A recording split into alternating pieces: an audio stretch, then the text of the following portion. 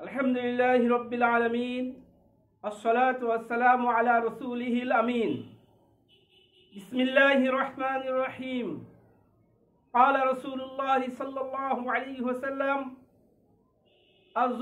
الظلم ظلمات يوم القيامة। সম্মানিত দর্শক মণ্ডলী, আমি আমার চ্যানেলের মাধ্যমে ইসলামী ফিকহি সমাধান নামক এই চ্যানেলের মাধ্যমে মুসলিম জাতির কাছে ইসলামের বিভিন্ন মাসলা, বিভিন্ন ফিকহি মাসালা পৌঁছে দেওয়ার জন্য যথাযথ চেষ্টা করে যাচ্ছি। আপনারা হয়তোবা আমার এই ভিডিও দেখে উৎসাহিত হচ্ছেন, আশা করছি আমলও করছেন এবং মানুষের কাছে এই ভিডিওটা, এই ইসলামী মাসালাটা প্রচার করছেন। সম্মানিত দর্শক, আজকে আপনাদের খেদমতে ছোট্ট একটি হাদিস, প্রিয় নবী সাল্লাল্লাহু আলাইহি ওয়াসাল্লামের প্রিয় বাণী আপনাদের সাথে আলোচনা করব।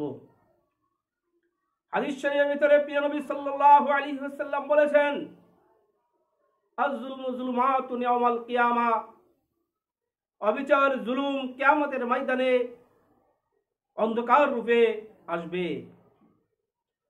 অর্থাৎ যে ব্যক্তি জুলুম করবে, অবিচার করবে, সেই অবিচার জুলুম তার চারপাশে অন্ধকার রূপে তাকে ঘিরে রাখবে, আর সে ওই অন্ধকারের মধ্যে নিমজ্জিত থাকবে।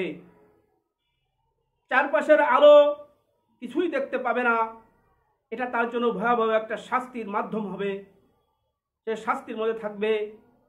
তাই আসুন আমরা এই জুলুম থেকে বাঁচি, একে অপরের প্রতি জুলুম না করি আর একে অপরের হক আদায় করি। তাহলেই হয়তোবা আল্লাহ পাক কিয়ামতের ময়দানে এই জুলুম থেকে আমাদেরকে রেহাই দিবেন, পরিত্রাণ দান করবেন। আল্লাহ রাব্বুল আলামিন এই হাদিসের পরে আমল করার তৌফিক দান করুক।